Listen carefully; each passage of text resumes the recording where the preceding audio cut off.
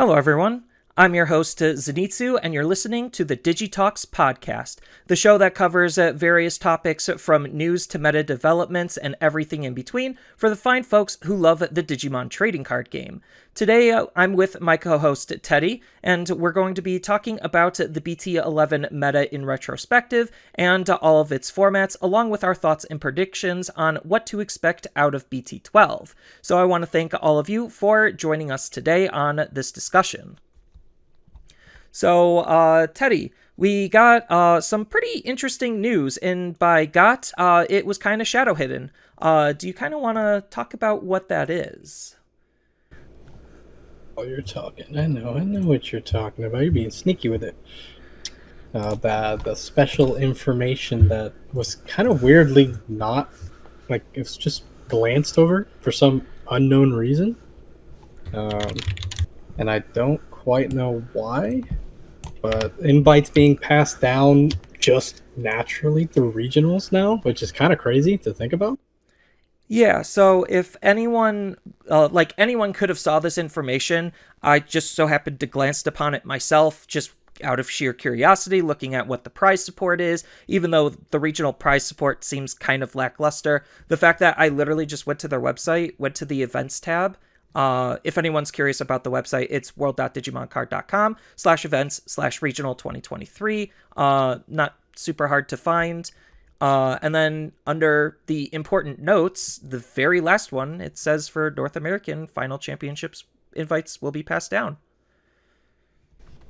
That's such an interesting thing because they straight up just never said anything about this. Like they made it a point to show all the prizing, all the stuff, and all that other stuff on their tweets and things like that. But then this one was kind of like brushed off and never brought up ever, which is so weird because that's such a like a bombshell of an information to just not say outright.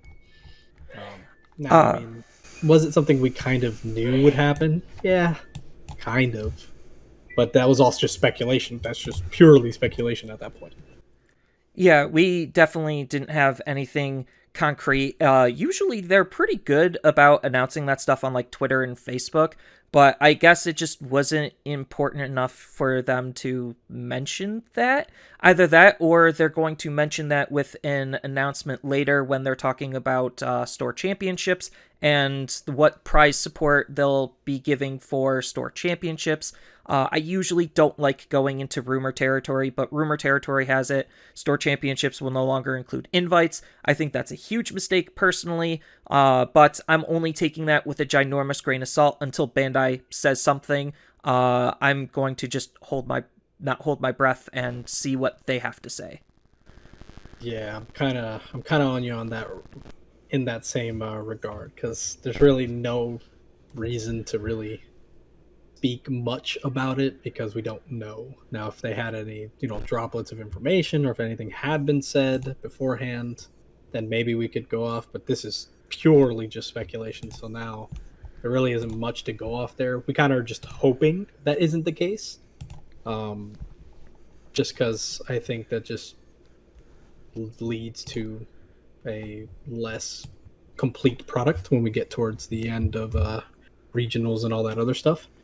Um, but I mean, it is what it is. Either way, I mean, it is what it is. So Sorry to interrupt, but unfortunately, we did get an update literally a day after we recorded that there is going to be no store championship invites, and invites are right now only at the regional level. So I'm sure we're going to be going over that in a more in depth discussion, probably in the next episode or two. So stay tuned for that. Sorry for the interruption, and back to you, past me. Yeah, people, I mean, we did have better pricing in the past, I'm not gonna lie, but we're playing in these regionals mostly for the invite anyway, and we already know that the, big super prizes is going towards Ultimate Cup, which oddly enough they have changed to be more of a for fun kind of event rather than, let's actually use this to practice for, the main event that matters. That's personally why I'm not a huge fan of it. It seems like every year they're going to try changing up the rule set, and yes, it is by year. We already got confirmation that single color formats are going to be returning. But before we talk about that, and the changes that are going to be happening with Ultimate Cup, BT11, we have a pretty decent amount of data to go over. We've had the format basically be splintered into three different subcategories, which was the pre-April, basically the Nationals events. Then we had the Ultimate Cup events, and then we had the post-April rule changes and the regional events.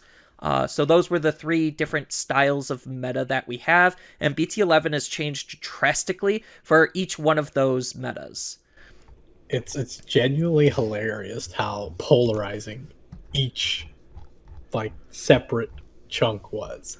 Like that first chunk just being a massive amount of black or gray, then just immediately flip flopping to like a cross heart type main format. It's very interesting to see. I mean, that's just hey, ban list hits when it hits sometimes.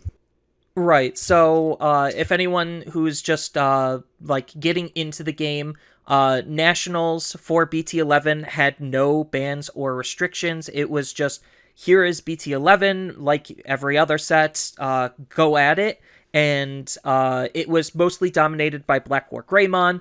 Black War Greymon was about 35% of the meta, followed by Grandis at about 15%. And then everything else kind of just didn't even hit 10%. Cross was about the next closest thing, being at about 8%. So Black War Greymon really showed that it was just that dominant and powerful of a deck, really suppressing and keeping what's playable down to very specific decks that are able to be tasked with the goal of trying to outspeed Black War or literally counter what it's trying to do and how Black War is trying to play it. And the meta shaped according to that. Then Ultimate Cup happened, and it was the single color format. So every deck was limited to one color. I don't have the exact specific numbers in front of me, but no shocker that with that type of restriction in place, Bloom Hydra was literally the best deck. It was dominating by like 30 something percent. Most of the time, these top decks are usually about 30% dominant when it comes to like the meta read. Anything that's like under 30, I'd say is a pretty good like spectrum where it's like it's strong, but not overtly strong. I think like once we hit like above 35%, then it gets into some like, okay, maybe deck is a little extra strong. Bloom Lord, I don't think hit that threshold, but it was about as strong as Black War was for Ultimate Cups as it was for Nationals. Oh yeah, that tends to be how it is for the most part. Like for regular, like that format before April, if your deck could not deal with Black War Greymon, you were just gate kept. There was just not much you could do. And then going into like Ultimate Cup formats, same thing. If your deck could not deal with Bloom Lord / Hydra, you kind of were just fell to the wayside. There was really only like 4 decks that like were really heavily played in that format anyway.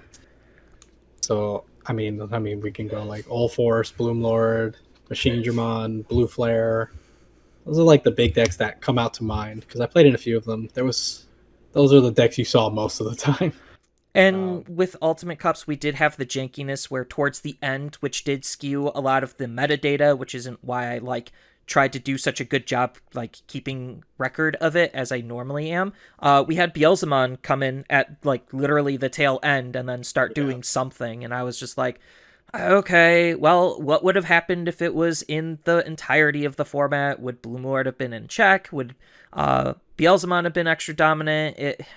It just was kind of weird considering how often that format was changing. Yeah, it was more for the more fun anyway, more so. I think that's what they're just leaning towards that. They just want to do experimental things and just try the jankier things, even though right now it's not really that janky. It's just singular color, so it just means you can't play certain decks. or if you do play decks, you kind of have to lean into a specific color archetype or something of that nature. But it really isn't um, too polarizing. I can see what you mean by like not liking to be a part of it for that reason.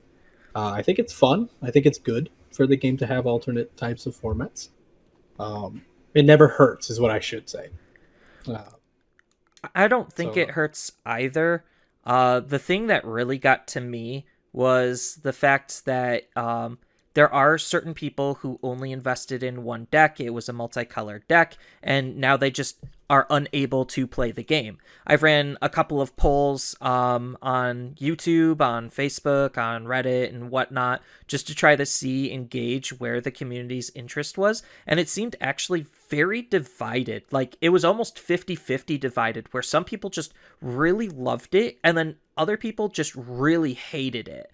I was kind of in the middle, where it's just like, okay, I could just not play in these events and ignore their existence from a more competitive aspect, because I would rather put that time and effort into actually practicing towards stuff that matters, like regionals. But that's just me personally. And I think that I did play in some Ultimate Cups, and I did okay. I wasn't like flabbergasted by it, but I'm definitely not super enjoying them. And what I would have liked to see personally is Ultimate Cups stay the same, and they just create literally a fourth string of tournaments. Have it be during that like post, not really post winter, post holiday lull, where we get like nothing between January and March.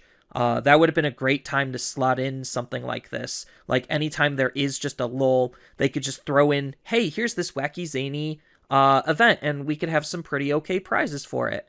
But that's just me wanting more events to be able to have people play the game more, especially different ways to play the game. Because I do think, like you said, it was to try to freshen things up, keep things a little bit different and more casual. I mean, I 100% agree on that part. It's just, it's a good thing to just diversify. But I understand completely on the other side, because I am, you know me, I loved all that stuff where playing the main format, trying to figure out, get your deck to be as good as it can possibly be, test your metal against other players trying to do the same, and regionals and all that other stuff. But sometimes it's not too bad to just take a break and just play something dumb. Like, I had a lot of fun playing Machine Dramon during those Ultimate Cups and that, and trying to see if I can get far with it. I had a blast. But I completely understand too the idea of it's not for everybody, which is completely fine. I think that wasn't the point. I think it was more so to just give other players an outlet that are maybe like, oh, I really don't enjoy this black or gray format. I'm not having fun. Let me try. Let's open up another format and see if maybe that shakes it up. I'm sure that probably wasn't their intention. They probably just had that already lined up. It just happened to come along around that time frame. So it just kind of was like a perfect storm per se. Yeah, like as a deck builder, I always love the challenge of trying to do something different and creative with decks. Considering for the most part, Digimon decks, a good chunk of them are kind of linear to build. Sure, you could always tuck in some crazy spice and try to do something different when your package isn't like completely there. But like downshifting certain decks to fit those color requirements, that wasn't super exciting, especially since you knew you were just watering down your deck. And then the decks that didn't really have to change at all or much, definitely seems like they were just the stronger ones to want to lean into because they're already firing on all cylinders. Yeah, they didn't. It didn't do too much to them when they're just like, "Oh, you can only play one color." It's like, all right, maybe I don't play a tamer like Blue Flare. I don't play the white tamer, or use like Yuya or something in Blue Flare. So they just focus solely on the normal package. Hydra, of course, Bloom Lord Hydra, not having to worry about anything. Basically, but I understand completely. Maybe that format specifically was a little bit. I don't want to use the word lazy because I don't like that. I think it was not as thought out. No, and some of their bans and restrictions were kind of like, okay to questionable, where it's just like, I get it, Death X, just not all decks can play it, and the decks that can play it kind of do have an advantage. And then like limiting decks that they thought might do better than they do, kind of seems silly. Like, I know people are gonna hate me on this, but I am a Garurumon fan. I definitely think without the X antibody stuff, that deck slows way down. It is the X antibody option and Cool Boy that gives it the speed and power it really needs in order to be competitive. So hitting that was just a precautionary thing. Same thing with like the Grand Kuwagamon limit. Actually, that one's more justified. But it's a pretty absurd card in a yeah, solo color format, at least. yeah. So like with the restrictions that they did place for BT11's Ultimate Cup, it kind of just seemed very obvious what would do well, and I think that kind of like already bored me a little bit, where it's just like, okay, I could expect Bloomlord to be probably the best deck because literally nothing in the entire game stops it, and you just have to get lucky and out aggro it, or just have a good enough of a defensive plan where you could just actually handle what it's doing. Some decks were able to do that better than others, but at the end of the day, the numbers, I would say show, but they spoke that Bloomlord was very easily the best deck. Whether we made it the best deck by fulfilling its own self-fulfilling prophecy, or it actually statistically was, that's to be determined, but, well, it's not really to be determined. It was determined. Sounds like it was. Yeah, it was determined. But that's just how things were very easy to read. And it's not like I could create something wacky and zany to be able to go toe-to-toe with it, because there was I was stripped of a lot of my creativity because of the color restrictions. Yeah, I see. Right there, I 100% agree. It definitely, I think it could have been more thought out, with what they wanted to do to make it more fun. Just because, people are gonna, at least competitive players will always join these tournaments at the end of the day because they want more ways to play at a higher level. And once they figure out something, they figure it out, they solve it, and then they'll just stick with it. So it's just, in this case, it was just a lot easier to figure out because there's just so much value in just pure green and no extra colors outside. Because a lot of decks, you may not think about it, but really a lot of decks use a lot of different colors even nowadays. Like, especially in that time frame. I mean, Cross Hearts, Blackrock Grays using the Cool Boy Tamers and all that. A lot of the decks were using Cool Boy / the X antibody. So hampering those just automatically kills a lot of decks just in that format.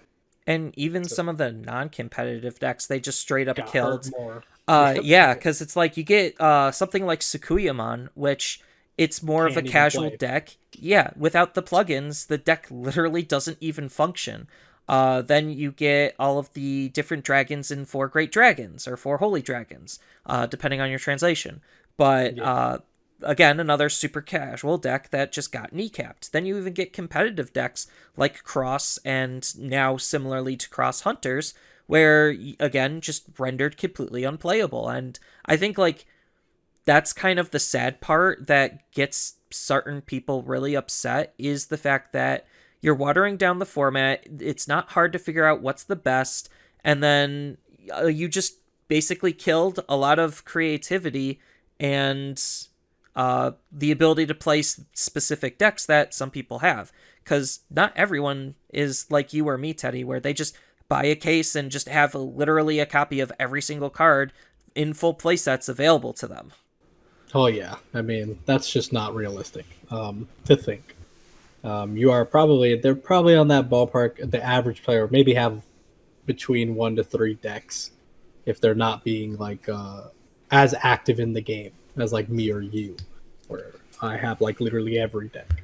But like that, so I can completely understand that mentality where it kind of hurts as like maybe even like a newer player. Let's say they're just coming in, they find their deck. They're like, yeah, I really love to play this Crossheart deck. I'm having fun at locals. I'm having a good time playing in maybe some regionals if they did. As they got maybe they got higher up, and now they get to another format where the prizing is really nice actually in Ultimate Cups. Those Guilmons are very beautiful cards. The whole line is actually quite gorgeous. And now they're like, well, I can't even play in this format because my deck that I'm used to playing can't work or does not work at all without the multicolors.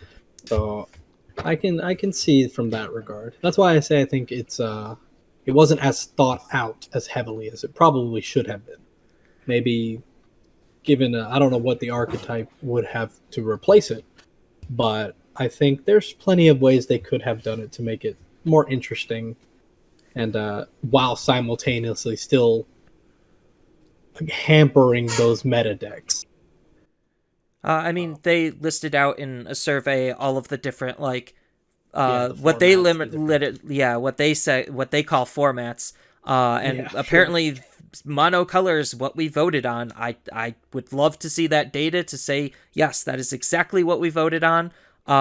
And what the second runner-up option was, but again, don't have access to that. So we just know that probably next year they're gonna change it up, do something different. Whether that's gonna be something interesting, different, and make someone like me want to play, or something what they currently have and make me not want to play is to be determined. But shifting a little bit away from Ultimate Cup, because Ultimate Cup was like a solid month. Nationals meta was literally like another solid month. And then at the tail end of BT11, for again another solid month, we had the April update. So the April updates limited BT11 Greymon X Antibody to 1, and then it introduced the brand new Mulligans rule, which I still personally am going to have to take some time getting used to. I will still screw it up. So I'm trying to get better, but I've been playing Digimon the same way for about 2 years. It's a little bit hard to just make that cognitive switch to how the new Mulligans worked versus Ultimate Cup Mulligans literally last year.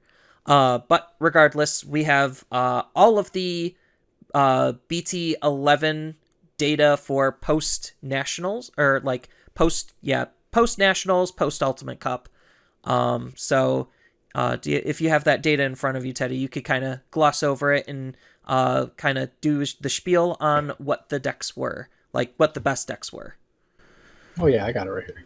It's I thought it was actually quite interesting because I mean I had been playing Crosshair for quite a while, even with into Black or Grave X format, I still played it. And seeing how the different forms of it. I didn't play Cross Merva, even though I know that deck was quite good, and very very fast, just exploding and having a bunch of bodies on the board. So I can't say too much about that, but I did play a lot of Cross X7, and especially after the hit. God, that hit made it so much easier to play Crossheart. And then that's just when we also got the Beelzemon starter decks a little bit before that time frame too. So this was the first time that Beelzemon was fully legal for us to use outside of Ultimate Cup, which it came at the tail end of Ultimate Cup. So it definitely was nice to see a new deck also enter the format to be able to shake it up even more compared to our perception from Nationals and our perception from Japan. Even looking at this data, it is quite diverse, honestly. I mean, yeah, we have our main three kind of decks that's usually how it goes. The 3 to 4 decks will be the ones kind of the rulers of the meta, per se. But honestly, this isn't too bad. Looking at the turnouts here, there is quite a few different decks.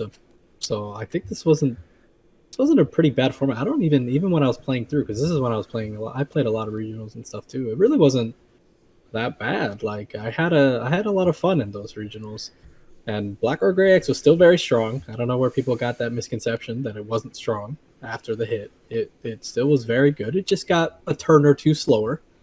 Um, but people shifted to the fast-paced Merva and Cross 7 really fast after the hit. But we still saw plenty of decks. Melga X, Set Control was still popping up. I think Set Control will always be there. Maybe not so much this format, and maybe going forward because there's a lot of trashing and stuff now. But Grandis fell because Black or Gray wasn't as prevalent, so that naturally they kind of just go hand in hand. Examon doing very well. I remember seeing a lot of Examon like in the tops for a while. Blue Hybrid, that's actually quite surprising. I know, yeah, we had those two that I remember very heavily. Blue Flare, I mean that kind of makes sense. Merva kind of interests me because I don't remember seeing that many Merva decks. Merva I think, was a really good idea to try to counter the cross decks, but I think it just, something was still missing in order for it to be more dominant. Because just going over like the numbers of everything, there was about 21 different playable decks that all managed to top. Just going over the big ones, Cross 7 and Cross Merva had about the same amount of representation. They had about 15% of the meta share each. If you want to combine them both to just be Cross was about 30% of the meta, which isn't any different than most of the other metas as like the Boogeyman top deck. Then followed by Black War Greymon at 11% of the meta, and Beelzemon was the next big deck at about 10% of the meta. Everything else was under 10%, and then there was a good amount of decks that I would just say, like, anything that had like 1% or literally topped a total of one time, that was more of the I got lucky territory. OTK decks will always manage to be able to steal top slots. Like, that's why Ancient Grey, OTK, and Dorbikbon are still like competitively viable, and I'd say even still now in BT12 they're competitively viable as well, just because as long as they can do their thing and they're fast enough at doing their thing and consistent enough at it, they're still gonna win. Granted, we do actually have more ways to be able to counter them, which is why they haven't been as prominent or prevalent, but they still can, like, on a good string of matchups, can do absolute wonders. And then we did have, like Teddy mentioned, a couple of upsets, like Blue Hybrid. Nobody expected Blue Hybrid to come out, but I guess the Mirage Gaugamon was the extra piece of control that the deck really needed to start making a huge comeback and making some waves. I love that card with all my heart. I am a Gaugamon fan. He's easily in like my top Digimons. If I had to pick my top evolutionary lines, it's easily the Leomon evolutionary line with Bancho. Okay. He is the best dad, and nobody will change my mind on that. Then I am just a Garurumon fan, just because, Wolfie boys. And then Gaomon is the doggy boys. So I got the full spectrum. See, for me, it's pretty clear. I love my Galamon line. I love my Guilmon. Galmon is up there. He's my top 3. That line is just, I love that line so much. I mean, I love dogs, so that's just no brainer for me. That was too easy. And then I love the Jesmon line. I absolutely adore it. Those are probably my top 3 that I resonate the most with. So I absolutely love seeing like Mirage Gaugamon doing anything at all. Even if it's not the best, I still love seeing it. Yeah, but the fact that we had like literally 20 different playable decks with these rule changes, and Cross being split between X7 and Merva, making it only have about 30% meta representation, that's still a pretty good, I would define that as a pretty good meta. It's one of the best metas that we've actually had data-wise in a very long time. Oh, yeah. Well, I guess EX3 had like 18 or 19 playable decks, but the top playable deck was still in the mid to high 30%. Yeah, and I think it's good to make that separation between Cross 7 and Merva because they play very differently. like very, very differently. For literally using the majority of the same cards. Yeah, which is crazy to me, but they do play. Cross Merva plays more like an OTK kind of deck, whereas like Crossheart is just like a rookie rush style, chipping away, getting to the big boss, and then kind of have that boss carry you through. But Merva just, I love that they're so dramatically different. Yeah, Because because you have to change out the Cross 7 cards and the cards that want to play Cross 7 for Mervamon and literally cards to be able to play Mervamon, which, as you mentioned, does shift dramatically how the deck approaches some of its problem solving.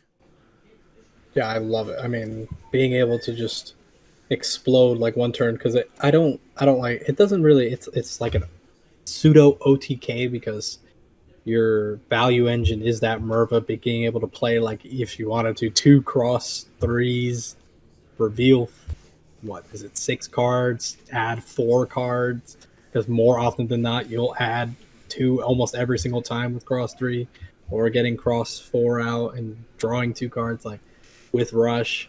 It's quite absurd how much value you get just from one Merva just played in the cross deck, even outside of her own solo deck, the Merva loop.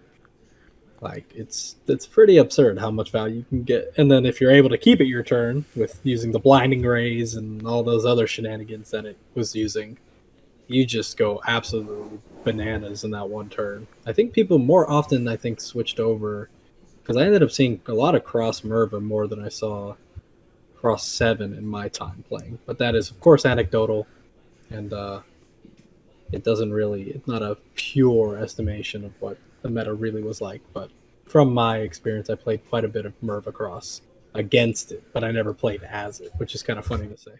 Well, according to the data, they're basically about even in terms of strength, which is, I guess, the surprising slash not surprising thing, because the core and foundation of both of these decks is the same. You're using all of the same low end for the most part, just trying to basically chip and aggro, set up your tamers to be able to make those big plays later, and your big plays either Mervamon or Cross 7. And it sounds like, yeah, they're just the same deck, but no, they're still doing enough different, and everyone was kind of going back and forth on which one was the best. According to Japan at this time, Cross 7 was just a hair better. But that's probably also because Cross 7 gets more support in BT12, with Cross 7 Superior being a really good extra Hail Mary card, and Cross Merva literally gets nothing. But just because it doesn't get anything new doesn't mean it's still not a viable deck. And this is kind of where Japanese data starts to skew things, is because when we look at BT12 data, before we start talking about BT12 more, Cross Merva saw significantly less play there just because Cross 7 Superior existed and people just wanted to play with what's new. That's usually the trend over in Japan, is even if a deck is like actually better than what it's performing over there, it doesn't matter because it's getting outshined by all of the people playing literally all of the new decks, which is why we can only take Japanese data with a grain of salt, is because they generally favor the new rather than favor the powerful. So I don't necessarily think that Cross Merva is going away anytime soon for BT12, and I thought it was definitely a really good deck in BT11. But I guess the biggest surprise was the fact that even with the limitations, Black War Greymon X was still just that good of a deck. It was literally the second slash third best deck. If you just want to combine the cross decks, that's fine. That means it'll make it the second best. Otherwise, it's the third best. And I think like it was one of the few decks that actually could try to counter cross, just because Hades Force was a card and no other deck had a Hades Force. So that's my perspective on that. Oh yeah, I think without a doubt. I mean, being able to just drop a Hades when you have a Black or Gray or Black or Gray X out absolutely ruins anybody's playing any tamer heavy deck. I mean, it is absurd how much value you get from a 5 cost option because of the X antibody reducing the cost. It makes it so absurd to just go into a Black or Gray Hades for 5, nuke 4 tamers, and swing over a body, trash his security when he unsuspends at the end of the turn, and it's just like it's very hard to come back from that. And people were getting really creative on how to try to speed up the deck with the limitations slowing it down. One of the cute surprise tech cards that I personally enjoy, and I think is still a absolutely fantastic card, is win rate 60%. If you're unfamiliar with what win rate 60% does, to put it in layman's terms, you discard a card from your hand that's the same color as the Digimon you're digivolving into, and then you basically reduce the Digivolution cost by 2. It's technically by 4, but you're paying 2 for it, so that's why I'm just doing the easy math and saying you just play the option and it reduces the evolution cost by 2. So it makes 4 cost Digimon basically cost 2 to evo into, which allows you to be on tempo with a lot of the other decks and try to maintain as much speed as you can possibly muster. There is some limitations to the card, obviously, because you have to have the right setup for it to work, but given how consistent Greymon-based decks are, or were at the time compared to a lot of other decks, it wasn't that unreasonable or hard to be able to pull off. Oh no, I mean the amount of support that Greymon decks get is just astronomical. So you'd be very hard pressed to say that if you're playing a Greymon deck and your deck isn't consistent, that's that statement almost is blasphemous, because it's just like there's so much search, draw power, especially with Cool Boys and all the Agumons that literally search a card or two. Agumon BT5, Agumon X Antibody, not in this time frame because it wasn't in it, but BT12 Agu searching a tie and that. I mean, a Greymon in name, it's absurd how much draw power search the deck has. So it's almost impossible to, I wouldn't say impossible to break, but it's pretty close to break, to be or not to break with the deck, because you just do so much draw power and searching.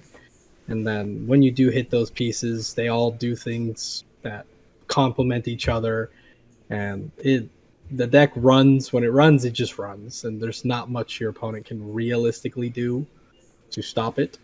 On top of all the protection, I mean, it does quite a bit for not an amazing amount of investment. Speaking about low investments and really hard decks to stop, the last big deck of BT11, the one that we're going to hit on, before moving on to what we think is good in BT12, is going to be Beelzemon. Beelzemon came out as a starter deck, technically advanced deck, so it is a starter deck, just a stronger starter deck. That's how it was designed. Came with a few extra goodies too, just to really make the deal sweeter and more succulent to invest into. And the fact that the deck literally had like 90% of the cards done already inside of the deck just made it such an appealing purchase, because I think like the biggest inclusion that you had to get was the EX2 Beelzemons. Throw those into the deck, fix the ratios a little bit, and then boom, you literally have a competitive deck, and it was that easy to make, considering the advanced deck did almost all of the heavy lifting for you. Even went as far as reprinting the promo Wizardmon, which was definitely a huge win for the Beelzemon players. But if anyone's unfamiliar with what Beelzemon does, it is basically a trash-based deck, being a purple deck, and the way it was trashing cards was milling cards. So when you mill, you just take the top card of your deck and throw it into the trash. Not literally, but figuratively. And then once you have a high enough trash count, then your abilities go online. And then to top that off, they also had mill triggers. So cards, when they are discarded from the deck straight to the trash, also get even more passive benefits. Some people call it pretty high rolly, but it's more calculated and mitigated risk and assessment. Like, if you're going to be making a play, you're going to be making that play anyway, and if you just so happen to plus off of it with an additional card effect, that's the cherry on top. And the fact that you could rig it yourself and have more ways to rig it just makes the deck even better.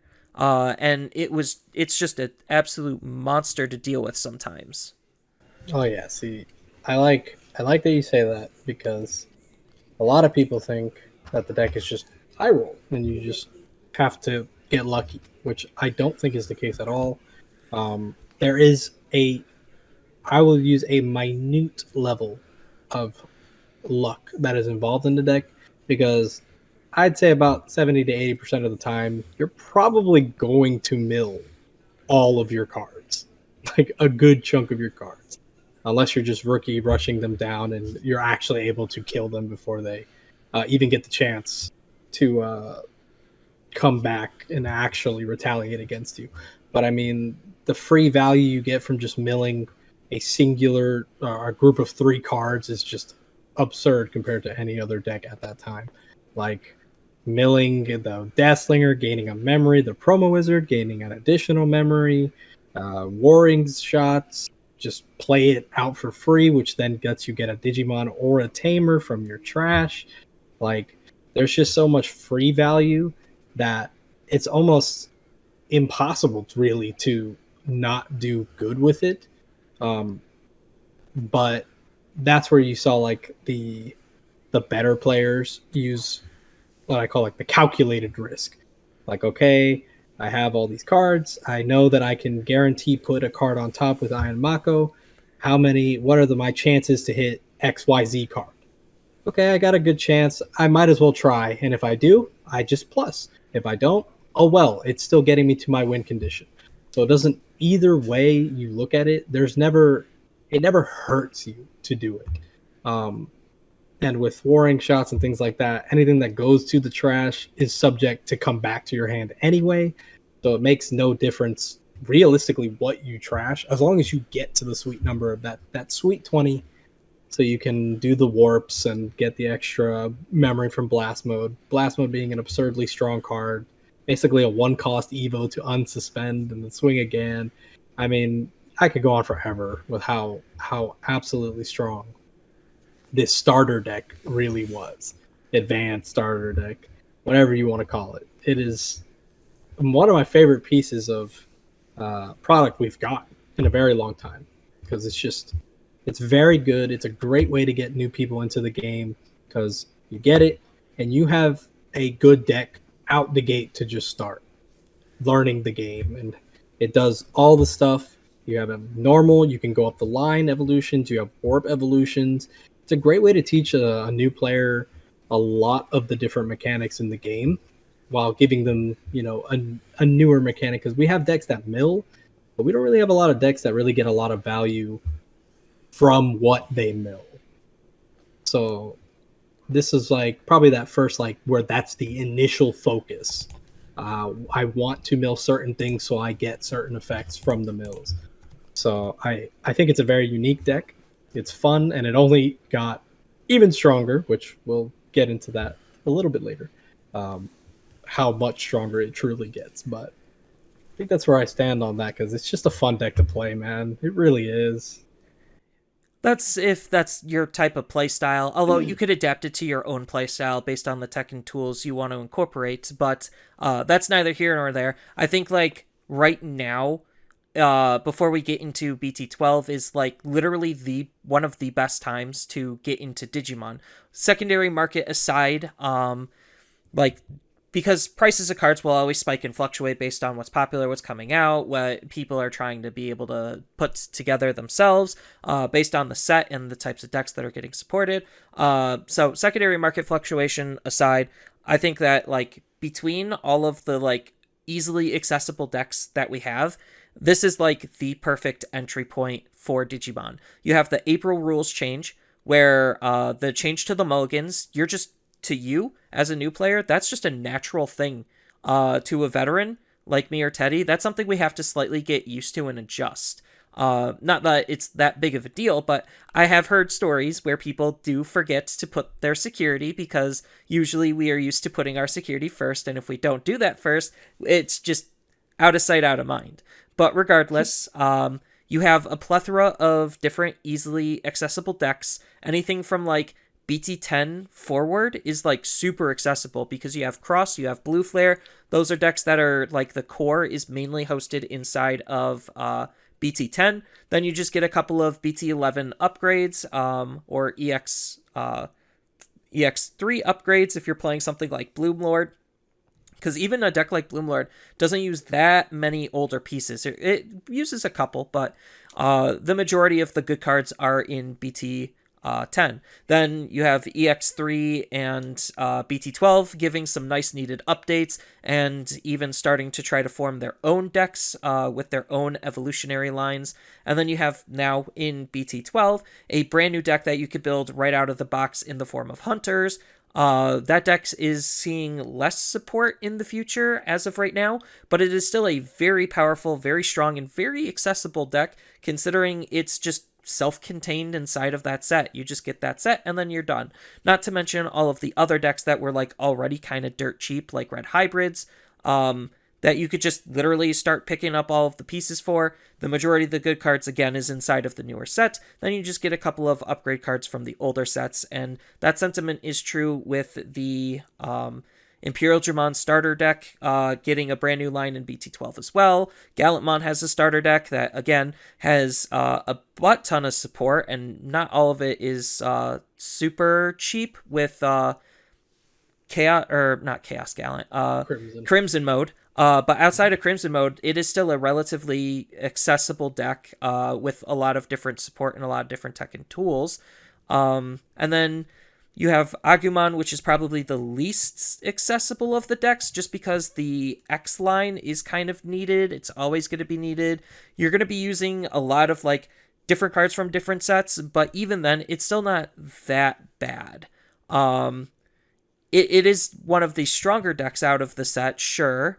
But making it one of the more expensive ones because a lot of the Agumon and Greymon pieces, those were already being used before this, whereas a lot of the other decks weren't using a lot of their tech and tools, or the deck hasn't seen such high-level competitive success in a while. So this is like the best time to jump into BT12. And speaking of BT12, Teddy, what do you think is going to be like, what are your top 3 decks? Oh, well, that's a I think, I mean, I kind of already have it down in my head. Right out the gate, I think Beelzemon will probably be our big boy, the big hefty boy that everyone's going to play because of how easily accessible it is, just how good all of the cards that supported it from this set are. It's just absurd how there's no real way to stop its game plan from really going off, and everything they do gets so much value. So easily, I think Beelzemon will be up there in the top. I think Hunters is extremely strong because there's a lot of ways to play it. It's a very cheap deck. We have the Quartzmon Turbo version with what's his name? The other level 5 Astamon, and then you have the generic, probably the standard Hunters that you'll most likely see just because Superior Mode alone is just such a powerful card. We're talking about Arrestedramon Superior Mode, not Cross 7 Yes. Superior Mode. Yes. I gotta be specific with that, because that is true. There are 2 superior modes in this set. Arrestedramon Superior Mode. He's pretty absurd. I mean, one of the, if not the best form of removal, because it just dodges every form of deletion, every form of thing. Oh, send it from hand or deck? Nope, none of that. Just put it under a Tamer or Digimon, gone. Some decks that might not hurt it too bad, but a lot of decks that really sucks to get hit by this Arrestedramon Superior Mode. And the ability to play Quartzmon and simultaneously play through Quartzmon. That's really massive to be able to do. And because Quartzmon is he's a pretty big gatekeeper of a lot of decks at the moment. So if I had to pick 3, it'd probably be Beelzemon, Hunters, and then I'm really, really liking Wargreymon, like Wargrey OTK at the current moment. And I guess you can kind of lump Black Wargrey into this if you wanted to. but I think the War Greymon, the Raid War Greymon, is an absurdly powerful card. Um, you still have all the protection because now you lean into the red base, having the BT. Oh my God, what's it? BT10, yeah, BT10 Greymon X, and then the one BT11 Greymon X antibody. Yeah, you don't reduce the memory, but I mean, it's still so strong to be able to just not worry about swinging into security because War Greymon, he's going to be consistently over. I mean, every time I played it, he's consistently getting over 18k plus, and he's swinging, piercing, multiple checks. They'll unsuspend at the end of your turn. Now you got a big 18,000 plus blocker that has multiple forms of protection a lot of the time, assuming you get a good stack. And even with an optimal stack, it is a pretty big presence once he's on the board. And your tamers give you multiple ways. Like the new Tai is he's a really good card, making anything on your board a blocker and an extra bit of DP, which matters a lot. Surprisingly, you'd be surprised how much that 1,000 DP comes up a lot in a lot of matchups. And I mean, being able to use that X line, you do a lot with Wargray, raid into something, unsuspend, slot in the X antibody, raid into another thing, go into Wargray X, swing through, gain a bunch of memory from piercing the checks, and then delete another body on board. I mean, it can be really oppressive if you get a decent stack with it. So I'm leaning on those three as my big decks at the current moment. But I want to like a small shout out to Red Hybrid because I think Red Hybrid is an absurdly strong deck Yeah. with such a extreme value engine that I find it very hard for me not to want to put it right next to War Greymon. Yeah, that was Red Hybrids. Definitely was the first deck on my list of top 3, just because of how fast and aggressive that deck can be. Literally off of like one body on fields, 2 tamers set up. You could kill them from that point of like from literally just that setup alone, and it's not very hard to get that setup because it has a lot of good consistency tools. It got more consistency tools to be able to ensure that it can do what it needs to do. It has easier ways to be able to play, and the important thing, replay their tamers. Because we see that with Black War Greymon, one of the things that he does well, and what he was gatekeeping when he was at the top of the format, was a lot of tamer-based strategies, which a lot of decks are or do have tamer-based strategies. And Red Hybrids having that ability to be able to reuse their tamers while also moving insanely fast and hitting hard is super important, because just off of the new Burning Greymon as an example, Digivolving on top of a tamer into a Burning Greymon just makes him 10k for the turn, and that just turns all of the abilities on the Takuyas online to be able to gain you extra memory or deal more damage. So it's just a very fast deck. Sorry about that. I mean, you saw it against me. You saw it in last week's tournament or this weekend's tournament. How Yeah. fast he beat me. Like, and it doesn't matter if they die because then they just come back or they play another body or another tamer. All of the on deletion effects definitely support it being a more aggressive style of deck. And speaking of aggressive style decks, my number 2 is still probably going to be Cross. Cross still looks very good. It got Cross 7 Superior Mode, which is just an extra Hail Mary for the Cross 7 build. Merva technically got Jet Merva, but I don't necessarily see that card being like more than a one of, if that.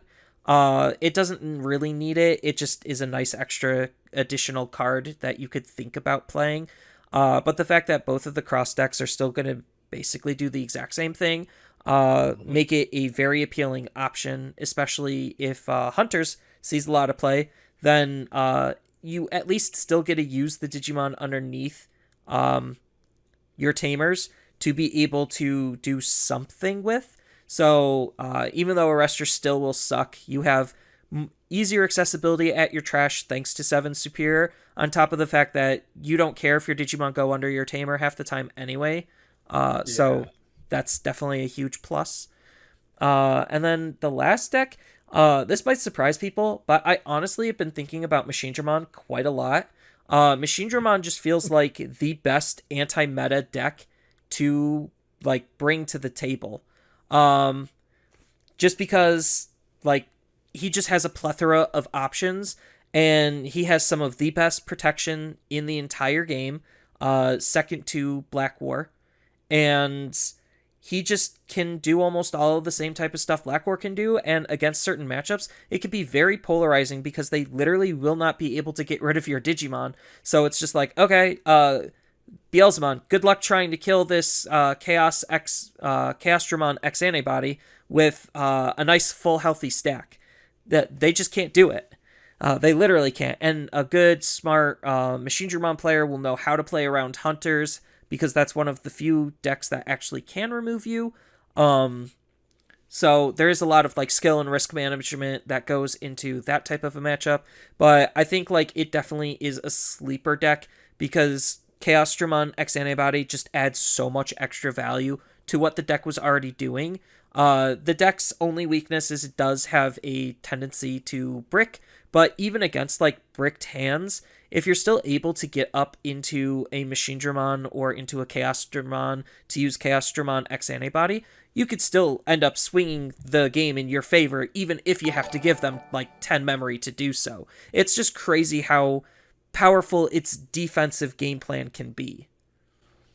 I love that you brought it up because I have funny the two decks you mentioned I have in my honorable, actually all three of the decks you have in my honorable mentions, because I think Chaos Dramon is such a weird one for me as a player because I'm a very how do I value consistency really over just raw power, but this one you can kind of overlook that with Chaos Dramon because, or Machine Dramon I guess, uh, just for the sheer fact that it doesn't matter what happens in the game for the most part, as long as you're able to get into that one stack that can protect itself a few times, more often than not, you just win.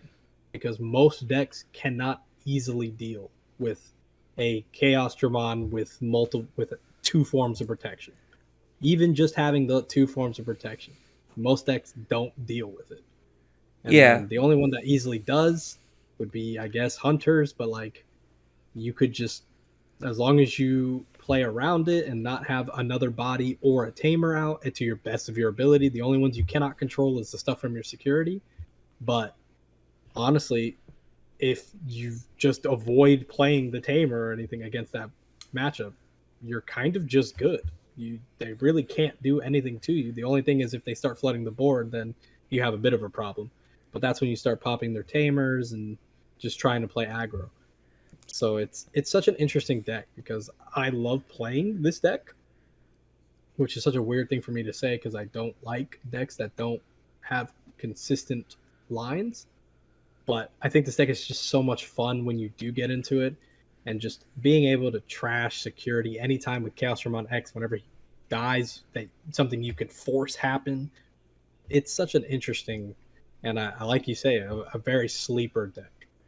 yeah, and I think like my one of my honorable mentions is gonna be Bloomlord. I think literally just the inclusion of Quartzmon just makes that deck so much better. You also get Yakimon, which is just a good Mm-hmm. cheap blocker, which can come in handy. Just because he is a vegetation, he does have 3,000 DP. He actually hard plays for 3, so he's just as good as some of your other like cheap vegetations, except this time he just has blocker.